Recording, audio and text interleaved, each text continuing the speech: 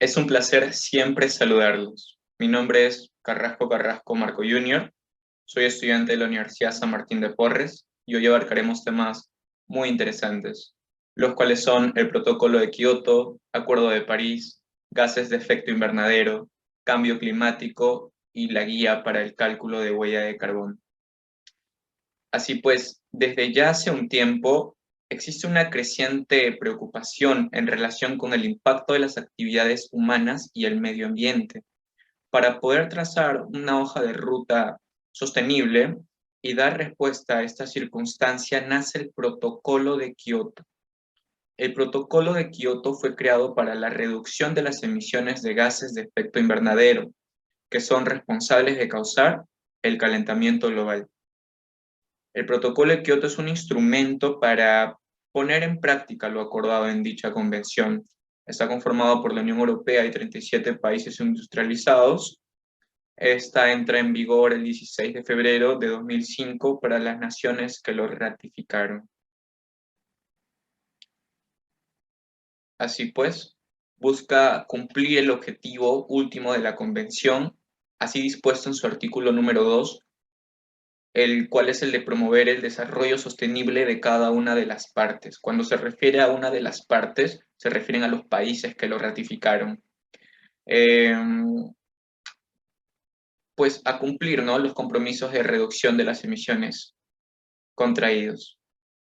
El protocolo de Kioto busca mitigar los gases de efecto invernadero de origen antropogénico. ¿Qué quiere decir de origen antropogénico? Pues de origen humano o derivado de las actividades del hombre. Existen pues muchos gases de efecto invernadero, los más conocidos, el dióxido de carbono, el metano, el óxido nitroso. Pues puedo llegar a concluir que los actuales problemas globales causados por el calentamiento global, como lo es la escasez en el agua, los cambios de temperatura tan abruptos, extinción de diversas especies, sequías, entre muchos otros más, son consecuencias de la interacción no sostenible que tiene el hombre con su entorno. Así bien, pues pasamos al Acuerdo de París. El Acuerdo de París es un acuerdo celebrado dentro de la Convención Marco de las Naciones Unidas sobre el Cambio Climático, que establece medidas, establece pautas para la reducción de los gases de efecto invernadero a través de tres importantes puntos: la mitigación, la adaptación y la resiliencia. Cuando hablan de mitigación, supone la reducción de la concentración de los gases de efecto invernadero. Cuando te hablan de adaptación, se refiere a la adaptación a este cambio climático, donde se busca reducir la vulnerabilidad de los sistemas sociales. Y por último, la tercera, cuando nos comentan y nos hablan sobre resiliencia, está enfocada en el ámbito ecológico, se refiere a la capacidad de las comunidades para absorber las perturbaciones sin alterar significativamente sus características. Dicho acuerdo reconoce que el cambio climático es un problema de toda la humanidad y que se deben adaptar medidas para hacerle frente.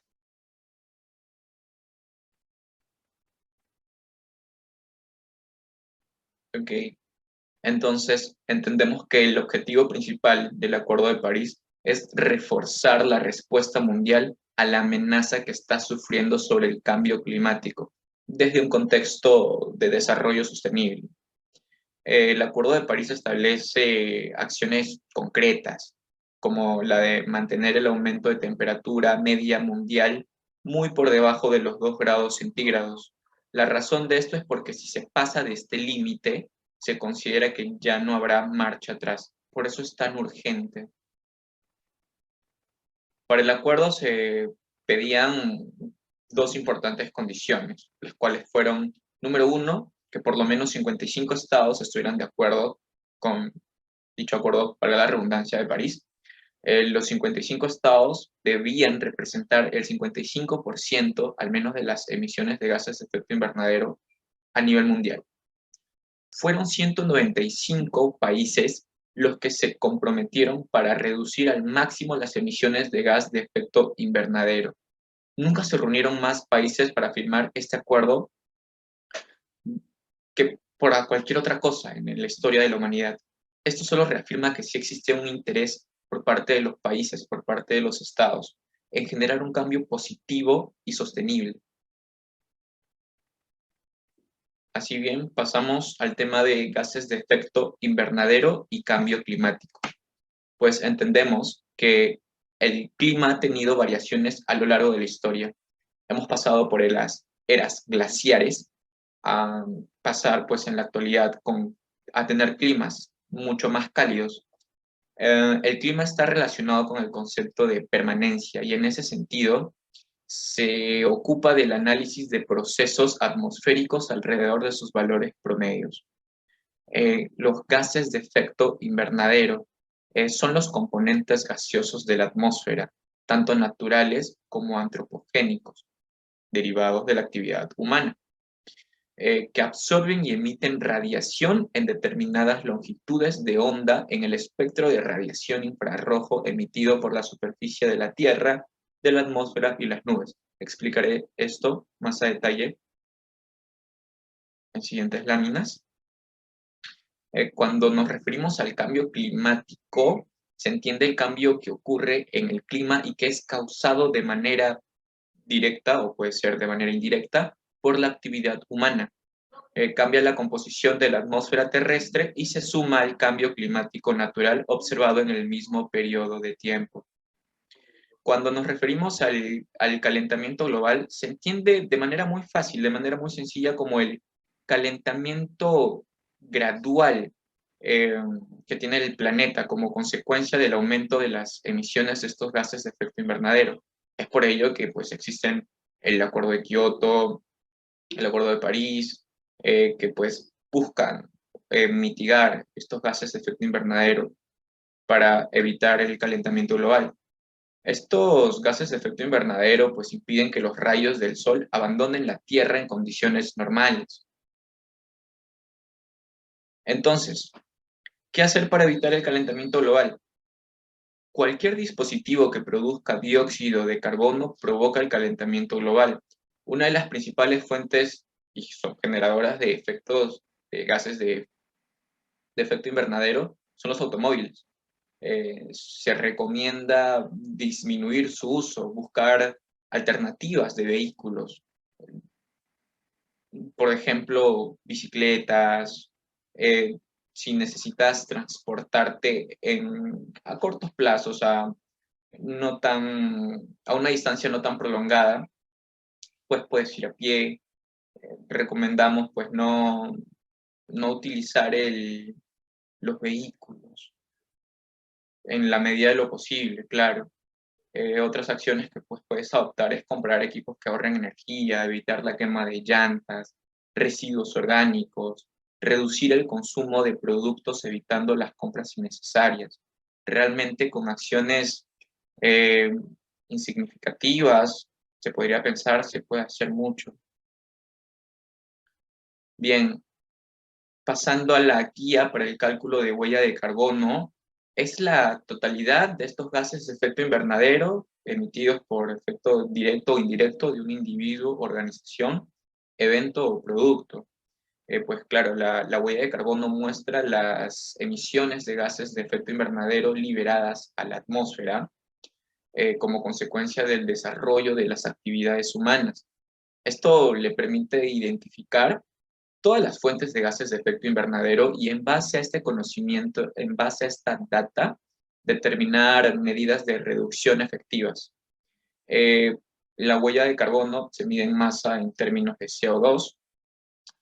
La huella de carbono de una organización o corporativa se analizan las emisiones de gases de efecto invernadero de una organización a lo largo de un periodo de tiempo. Cuando nos hablan de huella de carbono de productos o servicios, pues se analiza todas las emisiones de gases de efecto invernadero realizadas durante el ciclo de vida del producto o servicio que se está analizando. La importancia del cálculo de la huella de carbono para las empresas. Pues claro, el cálculo de la huella de carbono para una organización se establece como una herramienta que tiene un doble propósito. En primer lugar, puedes reducir los costos de consumo de energía y por otro lado reducir las emisiones de gases de efecto invernadero para aumentar pues la conciencia ambiental. Por tanto, además de contribuir a la lucha por el cambio climático, las empresas que calculan pues, su huella de carbono tienen muchas ventajas, como lo son ahorros económicos, porque la mayoría o la mayor parte de ellos pues, se derivan de las reducciones de los consumos energéticos, lo cual conlleva ahorros económicos para las empresas. Mejora la reputación corporativa y el posicionamiento de la empresa. Identifica nuevas oportunidades de negocio, ya que pues, puedes atraer inversionistas sensibilizados con el cambio climático y el medio ambiente, y no solo a inversionistas, sino también a clientes o nuevos clientes. Entonces, para concluir, quisiera pues brindarles un último mensaje. Eh, si bien es cierto, la interacción no sostenible del hombre con su entorno ha desencadenado eventos y fenómenos catastróficos en todo el mundo, la sobreexplotación de los recursos de la tierra, la no mesura del consumo, la abrupta aceleración del desarrollo del hombre hizo que no pudiera visualizar un panorama sostenible. Pero el cambio masivo es nuestra opción. Aún hay tiempo, aún queda mucho por lo que luchar, aún podemos y debemos cambiar. Lo importante no es lo que perdimos, sino lo que nos queda. Muchas gracias.